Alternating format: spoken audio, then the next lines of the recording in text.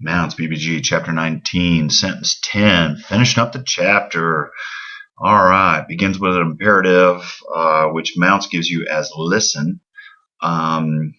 If you translated through most of this and you had some idea of what was being said, you recognize this as at least being from the New Testament and being one of the great commandments, of course, or greatest commandments, but beyond that, I would hope you would recognize, if you've had much Bible background, that this is what's called the Shema. The Shema was, until today, it's something that Jews know by heart and memorize by heart in Hebrew. And I can't say as much, but bottom line here is, "Hear, O Israel, the Lord our God, the Lord is one, or one God is the idea, is the Shema." And so this is a big deal, and it's of course exciting that you can translate it. The trick is it's got some sections that are pretty tough to work through, just because of the string of nouns or whatever else. So let's get to it. Obviously, the first line's easy enough. Hear, Israel, comma. And then, of course, this next piece is what gives everybody so much difficulty. But what I would encourage you to do is to take this chunk and do it word by word first, and then you can do your gymnastics with it. If I do it that way, knowing that kurios is one of those words that we're always going to make definite in English, and that they didn't see a need to make definite in Greek, we're going to stick the word "the" in there every time we run across it, typically. So the Lord God, and we're going to do the opposite with theos, of course. They're going to make they're going to give you a definite article. We're going to take it out in English. So the Lord God of us, the Lord one is. Okay, so obviously what you have is you got a whole lot of apposition going on here, which kurios is the head noun in the chain. Everything else up to here is part of that chain. And of course, Lord is basically repeated. So, but just recognize kurios is a head noun in an appositional chain. Everything else is part of that chain. And then what you actually have here, you might be tempted to, you might not know what to do with it, but bottom line is, this is going to be what's called a predicate adjective. So, no definite article here, and, it's going to complete the idea of is. You got to have some kind of a predicate here with an equative verb. So typically a predicate nominative, they're actually going to front it, or put it in front of the verb. This is very, very common. So, knowing that should help you. And then we come back to this phrase here. If we just take this as a predicate adjective, then really what we're dealing with is right here. So the Lord our God, the Lord is, and then haste, hopefully you recognize as haste me a hen.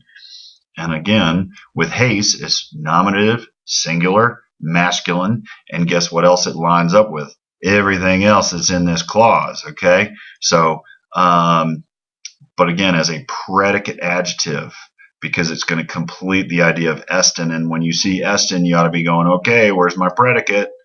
All right, so hopefully that helps y'all. But hear, Israel, the Lord our God, comma, the Lord is one, period.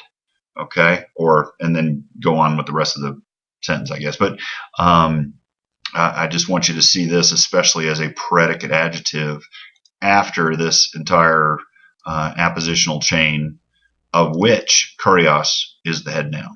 Okay, so we move on, and of course, most of you know the rest of this verse. You know it all, so the rest should really be very, very easy for you.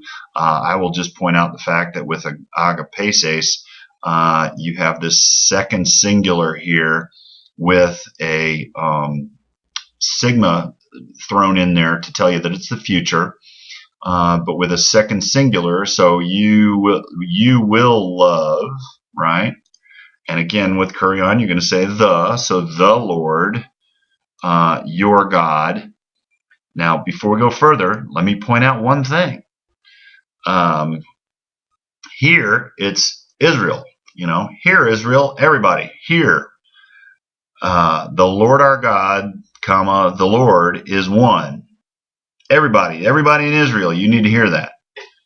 And second singular, you, each of you is the idea. You, not y'all, but you will love the Lord your God, the Lord God of you, singular possessive pronoun there, if you will notice. So he switches from addressing everybody, okay, in this first clause, to talking to each one of them individually, like each one of you needs to do this. So very interesting that there is a switch, because in English, if all you do is translate it as, if all you translate every time you run into a second singular or second plural as you, you're not going to see it. It's just not going to help you. And here it does make a difference. So excuse me if I'm a little passionate about it, but this is cool, in my opinion. So hopefully that helps. Anyway, so, and you will love the Lord your God, and then X out of all or whole of the heart of you, right? Out of all of the heart of you, right? So from all your heart would be a really good way to translate that ek. That would work there. So, and you will love the Lord your God from all of your heart, or with, we would probably collocate it as with, because you love with your heart. But again, coming from ek, so from all your heart, and from all your, and hopefully you recognize this as coming from psuke, which is soul, from all your soul, and from all your mind, and again, second singular, and from all your strength. So hopefully that works for everybody. But let me run back one more time. Hear, Israel, the Lord our God, the Lord is one, and you will love the Lord your God from all your heart, and from all your soul, and from all your mind, and from all your strength. Easy enough. And like I said, most of you knew that from memory without translating a thing, probably.